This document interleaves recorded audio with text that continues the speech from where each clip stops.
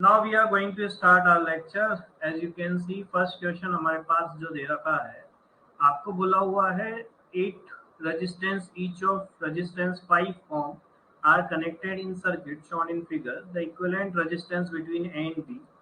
देखो बच्चों, आज हम जो करने वाले हैं वो करंट इलेक्ट्रिसिटी का जेई मेन का प्रैक्टिस सेशन करने वाले हैं। करंट इलेक्ट्रिसिटी डू और डाई चैप्टर होता है जेई मेन के लिए, इसलिए इसको छोड़ नहीं सकते और इसको अच्छा करना भी जरूरी है।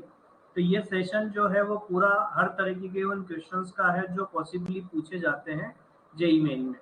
ठीक है, तो हम उसी को स्टार्ट करते हैं और शुरू करते हैं फर्स्ट क्वेश्चन से, जिसका आप लोगों को सामने क्वेश्चन दिख रहा है।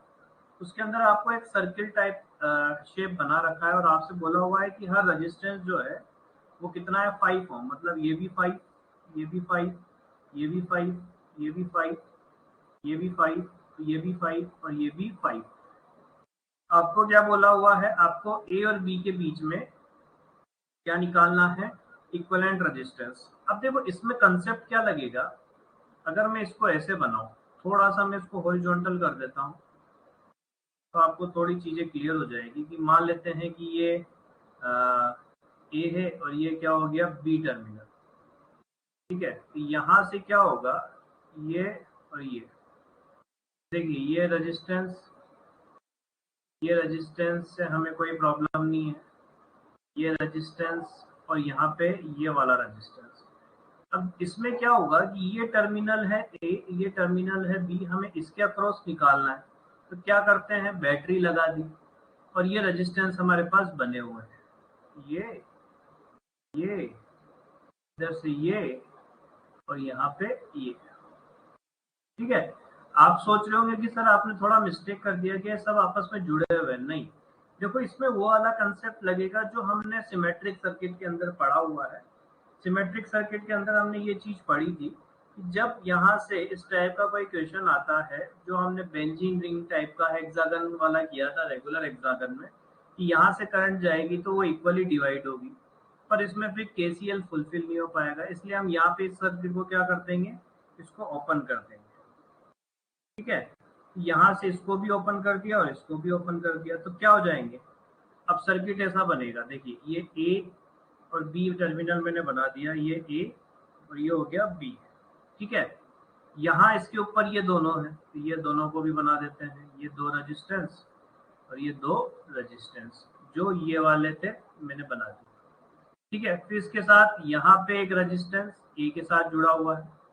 ठीक है, फिर यहाँ देखिए ये एक रेजिस्टेंस था सिंगल, इसके साथ दो रेजिस्टेंस जो है वो पैरेलल में है। और फिर यहाँ पे क्या हो गया, कुछ इस टाइप का एक रेजिस्टेंस लगा। अब हमें ए और बी के अक्रॉस निकालना है। तो देखो ये 5, ये 5 और ये 5, तो कितना हो गया, जब हम इसको देखेंगे तो ये आ जाएगा 5 और 10 का पैरेलल कॉम्बिनेशन। तो ये आने वाला है हमारे पास 5 इंटू 10 डिवाइडेड बाय 5 प्लस 10, ये वैल्यू हमारे पास आने वाली। फिर इसके बाद ये और ये रेजिस्टेंस जो कि खुद भी 5 है। फिर इसके बाद ये रेजिस्टेंस दोनों मिलके 10 हो चुके हैं, सीरीज में है, और ये इसके साथ 5 वाला। ठीक है, तो अब आप लोग देख सकते हो ये कितना हो गया हमारे पास, 50/15 आ रहा है, तो ये 10/3 हो चुका है। 10/3 और 10 इसके साथ सीरीज में होगा तो ये आ जाएगा 40/3। 40/3 और 10 जब पैरेलल में करेंगे तो 40/3 इंटू 10 डिवाइडेड बाय 40/3 प्लस 10। यहाँ हमने देखा कि आ गया 400/3 डिवाइडेड बाय 70/3। ये इससे कैंसिल तो आ गया 40/7 आ गया। ठीक है, अब ये 40/7 जो है वो 5 के साथ फिर से पैरेलल में, ये आ जाएगा 40/7 इंटू 5 डिवाइडेड बाय 40/7 प्लस 5। ये आ गया हमारे पास 800/7 डिवाइडेड बाय 75/7। इस 7 ने 7 को काटा, 800/75 यहाँ पे हमारे पास आ चुका है। आप चाहो तो 25 से इसको कैंसिल भी कर सकते हो, तो ये 332 आ जाएगा। ठीक है, और ये 3, तो ये आ जाएगा हमारे पास 32/3। कुछ इस तरीके से हमारे को सॉल्व कर लेना, ठीक है। डायरेक्ट भी कर सकते थे, जैसा आपका सुटेबल हो उस अकॉर्डिंग हम यहाँ पे कर सकते हैं। Is this clear to everyone? Raise your hand please.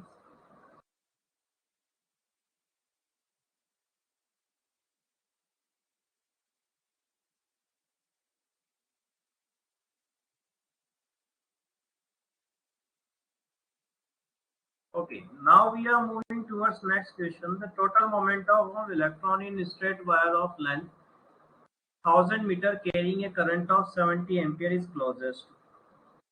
आपको दिया गया है कि टोटल जो मोमेंटम है वो कितना होगा, वो आपको बताना है, ठीक है ना।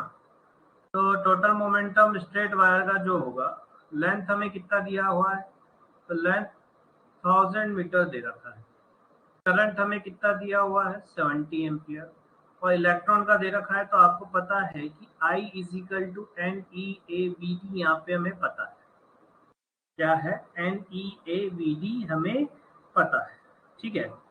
हम इसलिए ये सब कर रहे हैं। अब देखिए मोमेंटम की जब हम बात करेंगे तो मोमेंटम होता है भाई मास इनटू वेलोसिटी, ठीक है। तो मास इनटू वेलोसिटी में अब टोटल मोमेंटम पूछा है, किसी एक का नहीं पूछा है। तो अब हम क्या करेंगे, number of electron per unit volume into A into L. तो ये तो आ गया हमारे पास total number of electron into एक का मास m इनटू वी, ठीक है। ये हमारे पास क्या हो गया, टोटल मोमेंटम। और अगर आप यहाँ ध्यान से देखें तो ये हमें दिख रहा है n, इसको अगर हम यहाँ पे E से मल्टीप्लाई और डिवाइड कर देते हैं तो क्या आएगा, NeAVD। ये तो हमने एक साथ रखा, ठीक है। और ये आ गया मास अलग, ठीक है, लेंथ अलग, और डिवाइड बाय E हम अलग कर लेते हैं। ये बन चुका है बेटा करंट। तो यहाँ से हमारे पास मोमेंटम का एक फॉर्मूला हम कह सकते हैं कि I m into L upon E. अब क्या हमें सब पता है क्या, I की वैल्यू 70 एम्पियर हमें दे रखी है, मास 9.1 इंटू 10⁻³ लेंथ की value 1000 divided by 1.6 into 10⁻³ sorry -19, sorry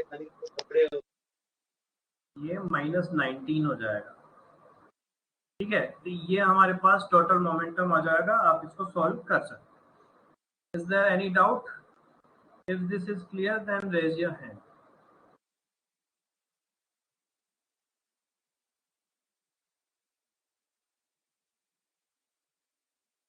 Okay. Now we are moving towards the third question. Third question is given. आपको दे रखा है, there are 3 voltmeter ABC having resistance R, 1.5 R and 3 R respectively. Okay. Are connected as shown. When some potential difference is applied between X and Y, the voltmeter reading are VA, VB and VC. तो आपसे बोला हुआ है what will be the reading. तो अगर हम यहाँ पे बात करें, थोड़ा सा हम इसको कर लेते हैं, इनके रेजिस्टेंस से आप रिप्लेस कर दो। तो ये रेजिस्टेंस मैंने बना दिया, यहाँ पे ये रेजिस्टेंस भी बना दिया और ये रेजिस्टेंस भी बना दिया है। और इसके बाद हमने कनेक्ट कर दिया है एक बैटरी से जो V वोल्ट की, ये R 1.5 R, तो ये 3 R, ठीक है। अब ये हमारे पास R, इन दोनों को अगर हम देखें तो इस मिलके एक रेजिस्टेंस बन जाएगा। ये आया 3R 1.5 R divide by 4.5 R। ये R ने R को काटा, 1.5 ने 3 ने इसको काटा, तो ये भी R आ चुका है। तो ये R और ये R, तो यहाँ से पता लगा कि जो भी बैटरी हम लगाएंगे इसके अक्रॉस भी बराबर पोटेंशियल आएगा, इसके अक्रॉस भी आएगा। इसका मतलब ये तो कंफर्म हो गया, VA is equal to combination of VB and VC। और आपको पता है VB और VC तो पैरेलल है, तो उनके अक्रॉस तो वैसे ही यहाँ पे बराबर होने वाला है। यानी VA is equal to VB is equal to VC, जो हमें रिलेशन दे रखा है that relation is going to happen and it is given in D option. तो D option यहाँ पे correct होने वाला है. That okay? Raise your hand so that we can move in next question. No sir, ये VA equals to VB equals to VC आपने आखिरी में कैसे जज किया? यहाँ पे हमने इसलिए किया है बेटा, पहले तो ये देखा कि दोनों ये R था और 1.5 R और 3 R दोनों का जो पैरेलल कॉम्बिनेशन आया वो भी R आया. इसका मतलब अगर दो रेजिस्टेंस बराबर होंगे तो सीरीज में बराबर पोटेंशियल डिफरेंस दोनों में होगा. तो यहाँ से पता लग गया कि VA और VB और VC का जो कॉम्बिनेशन है उनमें पोटेंशियल डिफरेंस बराबर होगा. और B और C तो पहले ही पैरेलल है, तो पैरेलल में तो यही बात होती है कि पोटेंशियल डिफरेंस बराबर होते हैं. तो जितना B के अक्रॉस आएगा उतना ही C के अक्रॉस, इसलिए मैंने ये लिखा है. Okay sir. तो थोड़ा तेज बोले, मेरे को बहुत धीरे आवाज आ रही है. ओके सर, आ गया. क्योंकि मेरे यहाँ से वॉल्यूम फुल हो रखा है, तो आप थोड़ा तेज बोले.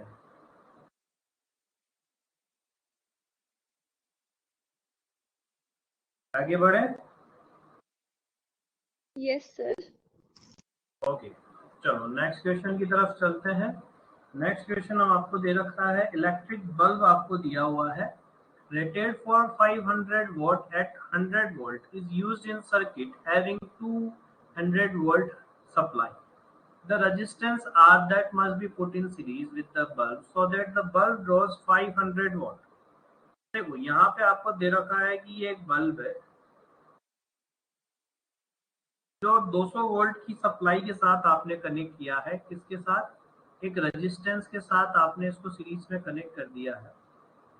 ये हो गया, तो ये आ गया 200 वोल्ट. ये जो बल्ब है इसकी पावर हमें रेटेड 500 वोल्ट दे रखी है और 100 वोल्ट पे ये ऑपरेटिंग वोल्टेज दे रखा है. अब आपसे बोला हुआ है कि बल्ब 500 वोल्ट ही देना चाहिए, तो कितना रेजिस्टेंस हम इसको लगाएं. तो सबसे पहले तो क्या करो कि अगर हम यहाँ पे बात करें कि इसके अक्रॉस पावर जो है वो यही आनी चाहिए. तो सबसे बढ़िया चीज ये है कि अगर आप यहाँ रेजिस्टेंस की बात करोगे, है ना, या रेजिस्टेंस छोड़िए, अगर हम करंट की बात करें तो हमें पता है VI is equal to power होता है. तो I की वैल्यू क्या आ चुकी है? P upon V. पावर हमें रेटेड 500 दिया हुआ है, वोल्टेज हमें 100 दे रखा है, इसका मतलब 5 एम्पियर की करंट आ गई. ठीक है. अब आपसे ये बोला है कि इसके अक्रॉस 500 वोल्ट ही आना चाहिए.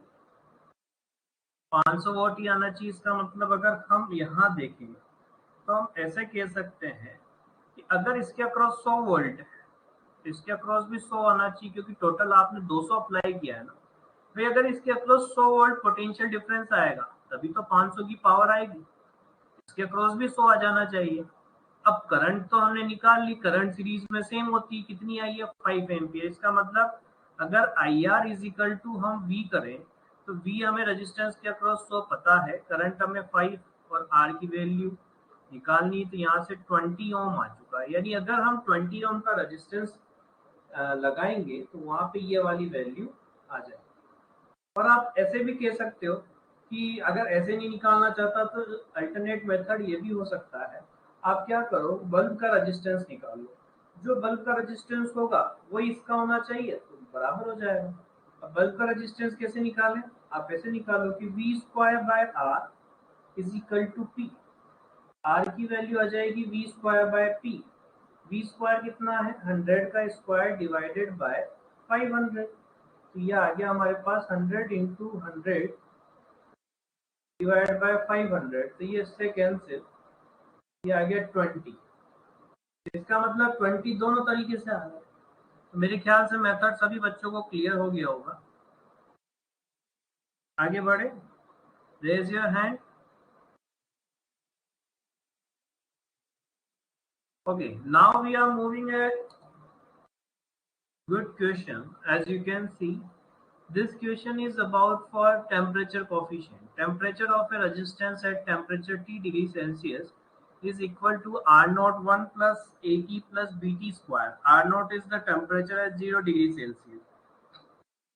आपसे बोला हुआ है कि टेम्परेचर कोफिशिएंट क्या होगा। अब देखो बेटा क्या होता है, ये क्वेश्चन को कराने का सबसे मेन रीजन ये है, अब बच्चे भूल जाते हैं जब ऐसा क्वेश्चन होता है, क्योंकि लीनियर अगर इक्वेशन है तब तो बहुत इजी है, अगर नॉन लीनियर इक्वेशन होती है तो बच्चे यही भूल जाते हैं कि क्या है। तो आप आपके नोट्स खोलना, और नोट्स खोलने के बाद आपको याद आएगा कि जब हमने स्टार्टिंग में टेम्परेचर कोफिशिएंट की बात करी थी तो मैंने आपको बताया था dr/dt अपॉन r का रिलेशन होता है, उससे याद करो मैंने इसको इंटीग्रेट करके r is equal to R naught ई की पावर अल्फा टी बताया था। फिर हमने ई की पावर की सीरीज लिखी थी और मैंने कहा था alpha T is very small, तब जाके हमने पावर्स जो थी उनको नेग्लेक्ट किया था। यहाँ भी हम यही करने वाले हैं, जब इस टाइप का क्वेश्चन हो इसको पहले तो स्टार लगा लेना है, ये काफी ज्यादा इंपॉर्टेंट क्वेश्चन है, क्योंकि ये क्वेश्चन में आपको स्ट्राइक नहीं होने वाला, बहुत इजी सा क्वेश्चन है। अब आप देखो अब क्या होगा, dr/dt निकालना क्या टफ है, क्या नहीं है, R nought 0 plus a plus 2bt, और r की वैल्यू कितनी है, r हमें दे ही रखा है, R nought 1 plus 80 plus bt square. अब आप देख सकते हो आर नॉट से आर नॉट कैंसिल, तो अल्फा की वैल्यू क्या आ गई, a plus 2bt divided by 1 plus 80 plus bt square. ठीक है, is that clear? Then raise your hand.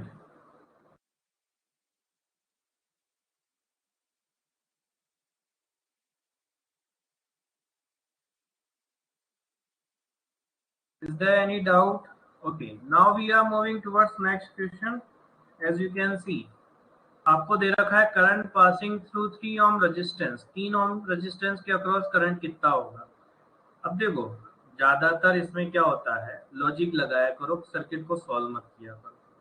कैसे सॉल्व मत किया करो, कैसे, ये 0 तो ये 0, ये आ गया +10, फिर ये भी क्या आ गया +10, तो ये भी क्या आ गया +10, फिर प्लस से माइनस जाते हैं तो -4 होगा, तो ये 6 आ गया, तो ये भी 6 आ गया। बताओ बेटा 6 और 0 तो करंट यूं आएगी, क्या आ जाएगा 6 minus 0 divide by 3 that is 2 ampere. तो 2 एम्पियर यहाँ पे सही होने वाला, यानी सी ऑप्शन। कितना इजी क्वेश्चन था, ना तो कोई केसीएल लगाना है ना कोई केवीएल लगाना है, बिल्कुल इजी सा क्वेश्चन है, उसको सॉल्व कर देना है।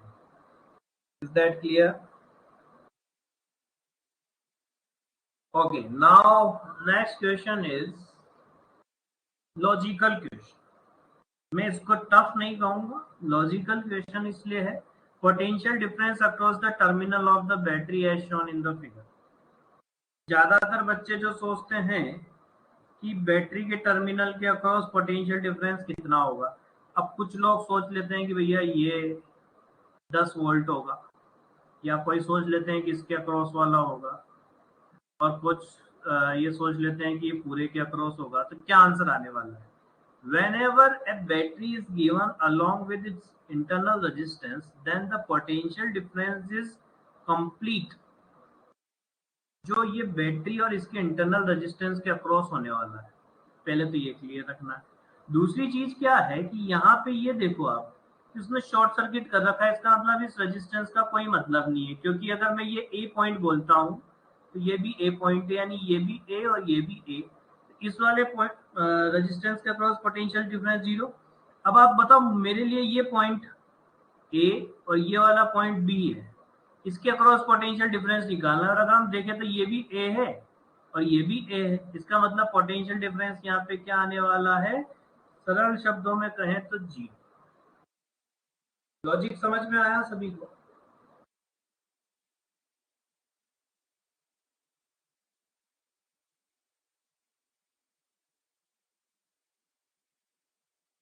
Okay,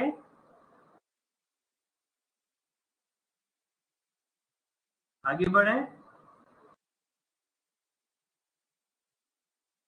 Okay, now we are moving towards next question. As you can see, again आपसे बोला हुआ है in the circuit shown in the figure, current passing through 2 ohm resistance, 4 ohm resistance, मतलब सबके अक्रॉस निकालना है। बहुत इजी है, कुछ नहीं करना, यहाँ का 0 माना, यहाँ का 0 माना, यहाँ का 0 माना नहीं, शॉर्ट सर्किट की वजह से ये तीनों का 0 आ गया, मैंने केवल बीच का माना है। अब यहाँ माइनस से प्लस जाएंगे तो इसका 20, इसका भी 20 और इसका भी 20। इसका मतलब ये तो कंफर्म हो गया कि 2 ओम में करंट बेटा 0 आने वाली है। ठीक है, इसके अक्रॉस अगर हम देखें तो ये करंट ऐसे आएगी और ये आने वाली 20 minus 0 divided by 5 that is 4, और ये आ जाएगी 20 minus 0 divided by 4 that is 5। ये 5 एम्पियर, ये 4 एम्पियर, ये दो करंट ऐसे आएगी, इसमें भी करंट आने वाली और इसमें भी। अब देखो पहला स्टेटमेंट है current passing through 2 ohm resistance is 0, बिल्कुल सही। 4 ओम रेजिस्टेंस में 5 एम्पियर करंट जाएगी और 5 ओम में 4 एम्पियर जाएगी, तो इसका मतलब हम डी ऑप्शन यहाँ पे टिक करके आएंगे। ठीक है, देखो हम ज्यादा टफ नहीं, जो क्वेश्चंस आप लोगों के पूछे जाते हैं जेईई मेन में, अगर आप एनटीए अभ्यास टेस्ट जो उन्होंने दे रखे हैं वो देखोगे तो वो भी इसी तरीके की क्वेश्चन है, इसी तरीके की क्वेश्चन अभी ट्रेंड में है जो आपसे पूछे जाते हैं। Okay, now we are moving. Next question: a voltmeter with resistance 500 ohm is used to measure the EMF of a cell of internal resistance 5 ohm. Percentage error in reading of voltmeter. ठीक है? Is there any doubt? किसी को कोई doubt है क्या? No sir. Okay, तो आपसे बोला हुआ है 5 वोल्ट मीटर है जिसका इंटरनल रेजिस्टेंस ये दिया हुआ है। अब चलो हम बैटरी बना देते हैं, ये हमारी बैटरी हो गई, ये हमारा इंटरनल रेजिस्टेंस हो गया। देखो उसने कहा है use to measure the EMF of a cell of internal resistance 4 ohm, तो ये 4 ओम है, ये मान लेते हैं बैटरी, और इसके अक्रॉस हमने क्या लगाया बेटा, ये वोल्ट मीटर लगा दिया, तो ये वोल्ट मीटर हो गया। ठीक है, अब ये बताइए, आपसे ये कहा है the percentage error in the reading of volt meter will be, तो ये तो बहुत सिंपल हो गया। परसेंटेज एरर की अगर हम बात करें तो परसेंटेज एरर जो आएगी वो delta E upon E into 100 ये लिखेंगे। और डेल्टा ई क्या होगा, अगर ये केवल अकेला बैटरी होती, कोई इंटरनल रेजिस्टेंस नहीं होता तो अलग भी होता, पर यहाँ मुझे अब आई आर निकालना है, डिवाइड बाय ई करना है, इंटू 100 कर देना है। ठीक है, अब क्या करें, परसेंटेज एरर किसकी वजह से आ रही, इस रेजिस्टेंस की वजह से आ रही है ना, तो अब क्या करें, क्योंकि ये अगर नहीं होता तो बिल्कुल एग्जैक्ट वोल्ट मीटर वही मेजर करता जो ईएमएफ के इक्वल है, तो एरर किसने दी है, इंटरनल रेजिस्टेंस के होने की वजह से। अब करंट कैसे निकालें, वोल्ट मीटर को हटाओ, उसका रेजिस्टेंस लगाओ, और ये बैटरी और ये हमारा पास रेजिस्टेंस, बताओ ये 500 दिया हुआ है इसमें, ये 4 है, ये ई है, तो बताइए करंट कितना आ चुका है हमारे पास, ई डिवाइडेड बाय 504, ये आ गया हमारे पास E divided by 504 into R की वैल्यू हम 4 डिवाइडेड बाय E इंटू 100 करेंगे, यहाँ से देखिए E से E कैंसिल, ये आ गया 4 डिवाइडेड बाय 504 इंटू 100। आप इसको ऑलमोस्ट ऐसे भी सॉल्व कर सकते हो, 500 इंटू 100 ऐसे करके, तो 4/5 आ गया 0.8%, तो ऑलमोस्ट 0.8% वाला जो होगा वो हम यहाँ पे करेक्ट मान लेंगे, तो बी ऑप्शन यहाँ पे सही आने वाला। Is that okay? Okay, now next question is given in the part the net resistance between P and Q in the circuit shown in the figure.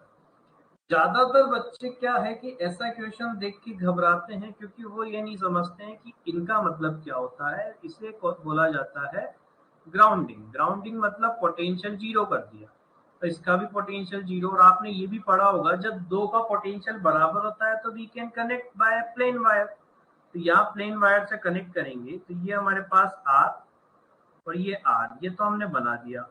ये टर्मिनल हो गए हमारे पास पी और ये टर्मिनल हो चुके हैं क्यू। अब यहाँ पे इनको कनेक्ट कर दो, तो एक रेजिस्टेंस ऐसे और एक रेजिस्टेंस ऐसे था ना, ये इन दोनों को मैंने कनेक्ट कर दिया, ये कनेक्शन वाले पॉइंट है ना, ये वाले है ना, तो ये आर है, ये भी आर है, और ये आर और ये आर, मुझे पी और क्यू के अक्रॉस निकालना है। तो आप देख सकते हैं पी और क्यू को अगर मैं बनाऊं तो there are 3 resistance, R, R and 2R, R, R and 2R. So 1 upon R equivalent is equal to 1 by R plus 1 by R plus 1 by 2R. 1 upon R equivalent is equal to, यहाँ अगर हम देखें तो 2R, 2 plus 2 plus 1, then R equivalent is equal to 2R by 5. That would be the correct answer, and which is given in B option. I think this question must be clear to everyone. It was quite simple, as you can see. Okay, and now we are going towards R equivalent part of next question. As you can see, ये थोड़ा बड़ा question हमें दिया हुआ है, ठीक है। तो इसके बारे में थोड़ी चर्चा करते हैं कि इस टाइप के क्वेश्चन में करना क्या है।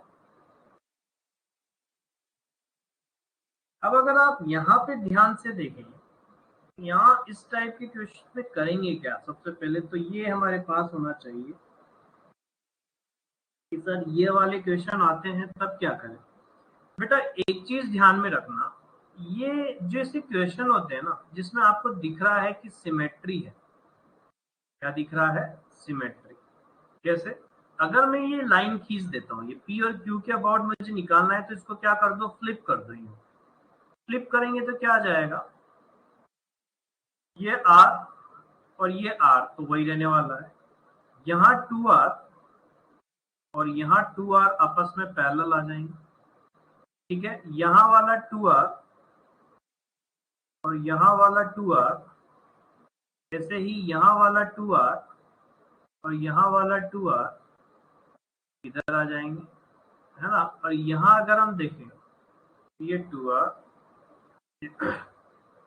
2R 2R 2R, सॉरी ये तो R है, स्मॉल R है, और ये 2R 2R, ये 2R और ये 2R। तो आप देखोगे कि ये एक व्हीटस्टोन ब्रिज बन जाएगा, जिसका जो सिंपल सर्किट है वो ऐसा कुछ आने वाला है, कुछ इस तरीके का।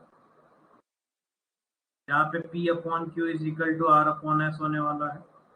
ये देखिए R R, ये R, यहाँ पे R और ये R, तो आपको पता है बीच वाली ब्रांच हट जाएगी। क्या आंसर आने वाला है, 2R into 2 capital R divided by 2R plus ये। तो आंसर कितना आया, 2RR upon R plus small r. That would be the correct answer, and which is given in A option. Is that okay?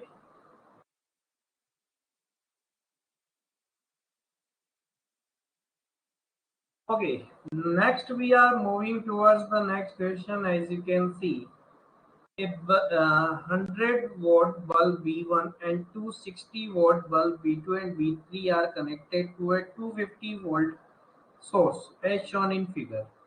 Now, W1, W2 and W3 are the output power of the bulb. Of the bulb B1, B2 and B3 respectively, then आपको W1, W2 और W3 में relation बताना है, ठीक है। अब देखो सबसे पहले तो हम ये क्लियर कर लेते हैं कि यहाँ पे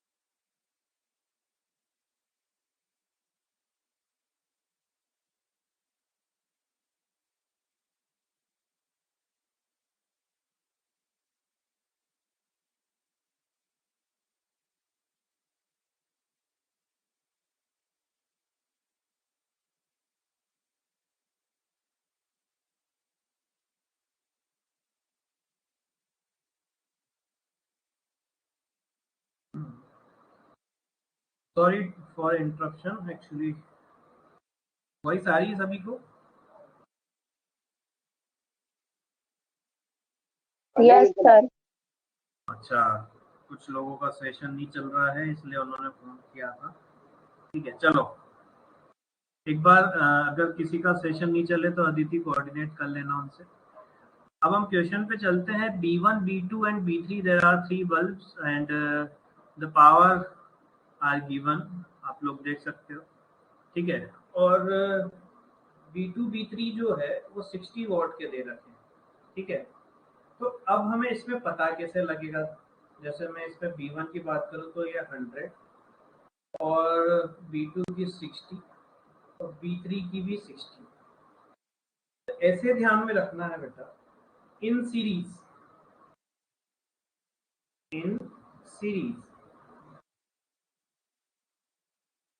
जिसकी पावर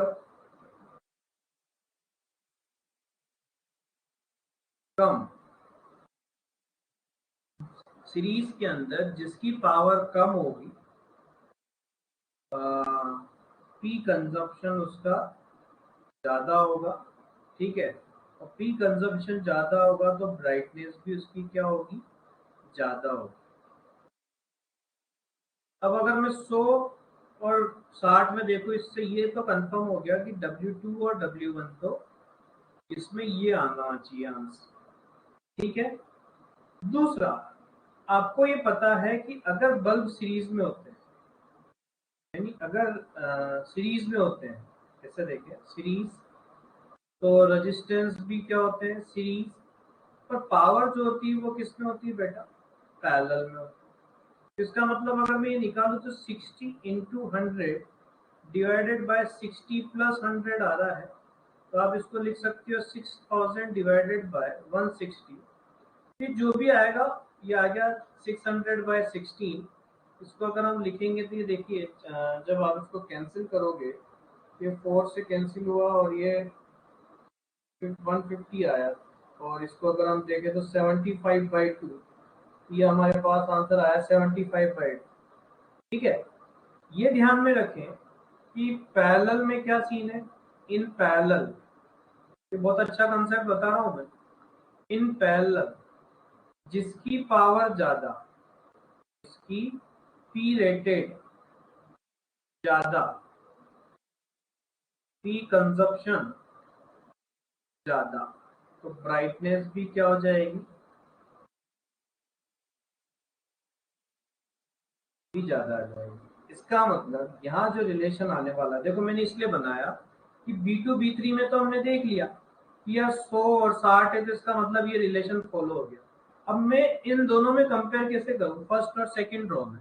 तो मैंने 100 और 60 का पैरेलल कॉम्बिनेशन निकाला, नहीं निकालता कोई जरूरत नहीं है, पता है मुझे 100 और 60 का कॉम्बिनेशन 60 से कम आएगा। इसका मतलब B3 वाला जो 60 है वो ज्यादा आएगा। अब ये दोनों पैरेलल में वो है ना, तो 60 वाले की ज्यादा ब्राइटनेस होने वाली है, यानी W3 is greater than W2 is greater than W1, यानी डी ऑप्शन यहाँ पे करेक्ट होने वाला है। सबको क्लियर हुआ कि नहीं हुआ? Raise your hand. बहुत इजी और सटीक मैंने आप लोगों को बताया है यहाँ पे। Is there any doubt regarding this question? You can ask.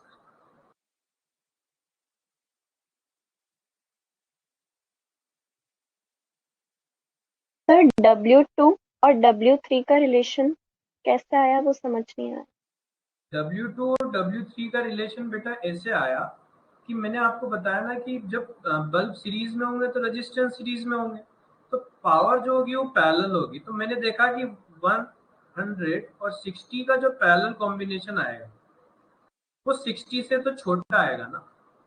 तो मैंने क्या बताया, पैरेलल में जिसकी पावर ज्यादा, आप इन दो बल्ब को भूल जाओ, एक बल्ब बनाओ ये वाली, और दूसरा बल्ब B3 वाला बनाओ।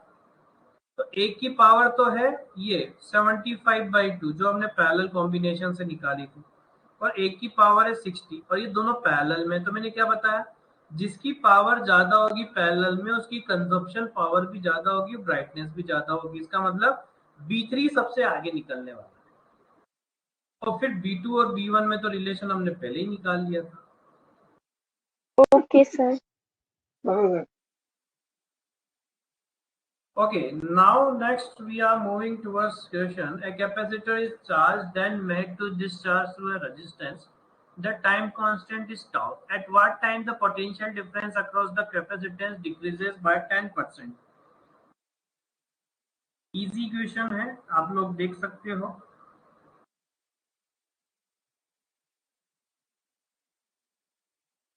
तो अगर हम बात करें कैपेसिटर एक आपको दे रखा है, ये कैपेसिटर आपने एक रेजिस्टेंस के अक्रॉस उसको डिस्चार्ज होने दिया है, तो आपको पता ही है Q is equal to Q naught ई की power minus T by tau होता है. अगर हम बात करें, उसने बोला है potential difference across C is proportional to Q, then potential difference to fall by 10%. मतलब यहाँ पे पोटेंशियल वो टाइम बताना है जब potential difference across the capacitor. अब आपको पता है कैपेसिटर के अक्रॉस जो पोटेंशियल डिफरेंस होगा वो क्या हो जाएगा, Q बाई सी. ठीक है, तो ये आ गया Q नॉट बाई सी ई की power minus T by tau. तो अब मुझे बताइए, मैं ऐसे कह सकता हूँ C से C कट गया तो बेसिकली चार्ज के रिलेशन से भी निकाल सकते हैं. अब 10% से डिक्रीज हुआ, इसका मतलब बचा कितना, 90%. तो 90 into 100 of Q naught is equal to Q naught ई की power minus T by tau. तो Q नॉट में Q नॉट को काटा, ये आया 0.9, ln 0.9 is equal to minus t upon tau ln e. और ln e की वैल्यू 1 होती है, तो टाइम की वैल्यू आ चुकी है टाउ ln 0.9 माइनस, इसको हम ऐसे लिख सकते हैं tau ln 10 by 9. That would be the correct answer according to me. Is that okay? यहाँ पे C ऑप्शन करेक्ट आने वाला है. Now next we are moving towards the question. A uniform wire has electric resistance R. The wire is cut into n equal parts. Easy question है. आप put ये है ना, मेंस में पूछा हुआ है किसी एक अटेम्प्ट में, है ना. इन क्वेश्चंस को हल्के में मत लिया करो, ये हलवा क्वेश्चन है, आने चाहिए, बहुत फटाक से आंसर आना चाहिए. आपको बोला हुआ है कि uniform wire has resistance R, the wire is cut into n parts, all wire are put in series, put parallel to each other and joined at the ends. The resistance of the wire, आपको पता ही है जब अगर हम n equal parts में cut करते हैं तो आप कैसे लिखोगे, एरिया इनटू n, नया a डैश, और नई लेंथ कितनी हो गई, n इक्वल पार्ट्स के अंदर आपने कट कर दिया ना उसको, ये आ गया. ठीक है, यहाँ से रेजिस्टेंस जो होगा वो आप क्या देखोगे. अच्छा, स्ट्रेच नहीं किया है इसने, है ना, तो ये करने का कोई सेंस नहीं बनता, इसको मैं मिटा देता हूँ. स्ट्रेच वाला केस नहीं है ये तो और इजी हो चुका है. आपको पता ही है कि जब स्ट्रेच करते हैं तो यहाँ पे अलग सीन होता है, कट कर दिया तो अब क्या होगा, resistance is equal to rho l upon a. तो आपने जब इसको n इक्वल पार्ट में कट कर दिया तो रो नई length l by n into a, ये r1 हो गया ना. तो r1 को हम ऐसे लिख सकते हैं ना, r अपॉन n. अब इन्हीं सबको आपने क्या कर दिया, पैरेलल में कनेक्ट कर दिया. पैरेलल में कनेक्ट कर दिया, कितने रेजिस्टेंस होंगे भैया, n, सबका कितना है, r बाय n, और ऐसे कर करके n पार्ट्स. तो यहाँ r इक्वलेंट कितना आ जाएगा, r बाय n का n टाइम्स, यानी r upon n square will be the correct answer. That is B option यहाँ पे सही होने वाला है. इज दैट ओके, क्लियर है सभी को? Okay, next we are moving towards the question. आपको दे रखा है in the circuit shown each resistance is 2 ohm, सारे रेजिस्टेंस 2 ओम है. पोटेंशियल डिफरेंस पोटेंशियल डिफरेंस नहीं कहेंगे, potential V1 indicated in the circuit is equal to. सबसे पहले तो ये ग्राउंड कर रखा है ना, तो ग्राउंड है तो 0, ये भी 0, ये भी 0. ठीक है, ये सब 2 2 के हैं तो इनका कॉम्बिनेशन तो 1 ओम हो गया. ठीक है, ये भी 2 और 2 है, तो ये इसका कॉम्बिनेशन भी हमारे पास 4 हो गया। तो अब इसको थोड़ा बना लेते हैं हम, है ना। ये आ गया, ये 4 ओम, ये बैटरी 5, फिर यहाँ पे ऐसा 2, और यहाँ पे ये 12 वोल्ट की बैटरी, ठीक है। फिर यहाँ पे 1 ओम, 4 ओम, ठीक है। ये 0 हमें दे रखा है, ये 5, ये 12 है ना। तो आपको दिख ही रहा है सीरीज में हो गया। तो अगर हम देखें केवीएल भी लगाएंगे तो देखो ये वाली बैटरी डोमिनेट करेगी, क्योंकि देखो माइनस प्लस में जाएंगे तो ये प्लस माइनस, तो इसकी करंट इफेक्टिव आएगी। तो करंट क्या जाएगी, 12 minus 5 divide by total resistance 1 plus 4 5, 5 plus 2 7, ये आ गया 7 divide by 7, that is 1 ampere. यहाँ पे करंट आ जाएगी और यूँ जाएगी, देखो प्लस माइनस प्लस माइनस, यहाँ से गए देखो ये 0, प्लस से माइनस जाओगे तो यहाँ क्या जाएगा -4, फिर प्लस से माइनस जाओगे तो -5, दैट इज यहाँ क्या आने वाला है -9 आने वाला है, जो कि डी ऑप्शन में हमें दे रखा है बेटा। यानी V1 का आंसर जो आएगा वो डी ऑप्शन करेक्ट है। Is that okay?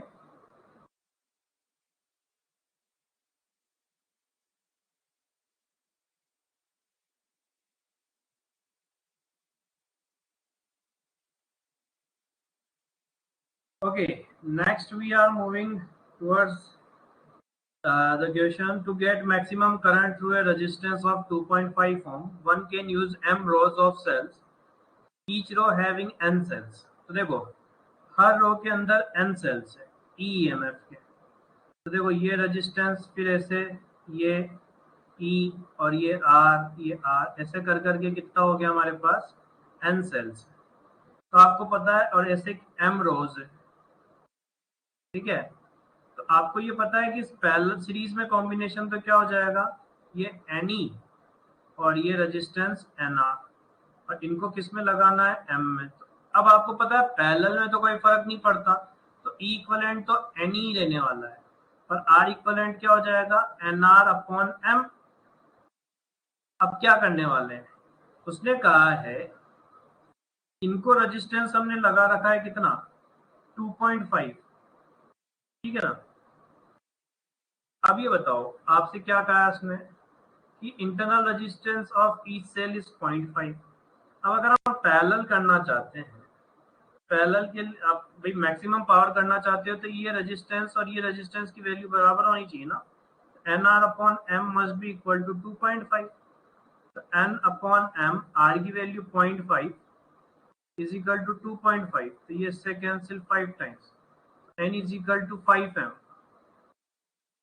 N is equal to 5M, ठीक है। और कोई इंफॉर्मेशन नहीं है, तो you have to check the, अच्छा एक और इंफॉर्मेशन है, क्या है, number of cells. N into M की वैल्यू 45 दे रखी है, यहाँ पुट कर दो 5M square is equal to 45, तो ये इससे cancel, M square is equal to 9, तो M की वैल्यू 3 और N की वैल्यू 15 आ चुकी है। यह वाला ऑप्शन जो होगा वो करेक्ट होगा, यानी डी ऑप्शन यहाँ पे सही होने वाला।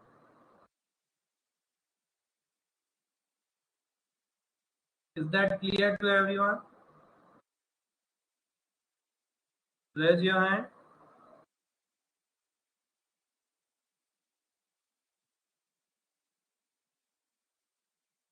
ओके, अब मैं 2 क्वेश्चन और सॉल्व करूंगा, इसके बाद सारे क्वेश्चन आपके होमवर्क में होंगे। A battery of internal resistance 2 ohm is connected to a variable resistance whose value can vary from 4 to 10. एक बैटरी है जिसका इंटरनल रेजिस्टेंस, तो पहले बैटरी और इंटरनल रेजिस्टेंस बना देते हैं, ये E और ये 2 ओम। एक वेरिएबल रेजिस्टेंस से कनेक्ट कर दिया है यहाँ से, इसकी वैल्यू 4 to 10 ओम है, ठीक है। Resistance is initially set for ohm. The resistance is now increased. Power consumed by it will increase decrease. तो सबसे पहले हम करंट निकालेंगे बेटा, वो आएगी E अपॉन 2 प्लस 4, या 2 प्लस R कर देते हैं ना। तो ये हमारे पास E अपॉन R प्लस 2 हो गया। अब पावर कंजम्पशन क्या होता है, अगर हम पावर कंजम्पशन की बात करें तो पावर कंजम्पशन होगा क्या, है ना। तो पावर कंजम्पशन ऐसा होगा कि आपने ये ग्राफ पढ़ा है, कौन सा, कि जब एक बैटरी और एक इंटरनल रेजिस्टेंस और ये रेजिस्टेंस होता है तो आपको पता है कि पावर का जो ग्राफ है वो ऐसे इंक्रीज करता है और फिर मैक्सिमम वैल्यू पे आता है और फिर डिक्रीज ही करता है। मैक्सिमम कहाँ तक पहुंचता है, जब R is equal to R, मतलब जब इंटरनल रेजिस्टेंस एक्सटर्नल रेजिस्टेंस के इक्वल हो तब मैक्सिमम पावर होती है, उसके बाद तो डिक्रीज ही करेगी। अब आप यहाँ देखो इंटरनल रेजिस्टेंस 2 है और रेजिस्टेंस की रेंज 4 से 10 दे रखी है, इसका मतलब कहीं ना कहीं आप इस रीजन में पहुंच चुके हो, इस रीजन में, क्योंकि ये वाली रेंज तो निकल गई ना। तो इससे पावर कंटिन्यूअसली क्या हो रही, 4 से 10 में जाओगे तो हमेशा क्या करेगी, डिक्रीज ही करेगी। डिक्रीज करेगी तो इसका मतलब ऑप्शन कौन सा करेक्ट हुआ, ए। देखो मैं आपको लॉजिकल जो क्वेश्चन गलत हो सकते हैं ना कि उनमें अटेम्प्ट कैसे करें, उनके छोटे तरीके बता रहा हूँ। आप देखो कि अलग अलग तरीके के हम क्वेश्चन कर रहे हैं और लॉजिक कैसे लग रहे हैं, कहाँ से हमने क्वेश्चन को कनेक्ट किया और कैसे निकाला है, उस ग्राफ का कैसे यूज आया, समझ में आ गया सभी को।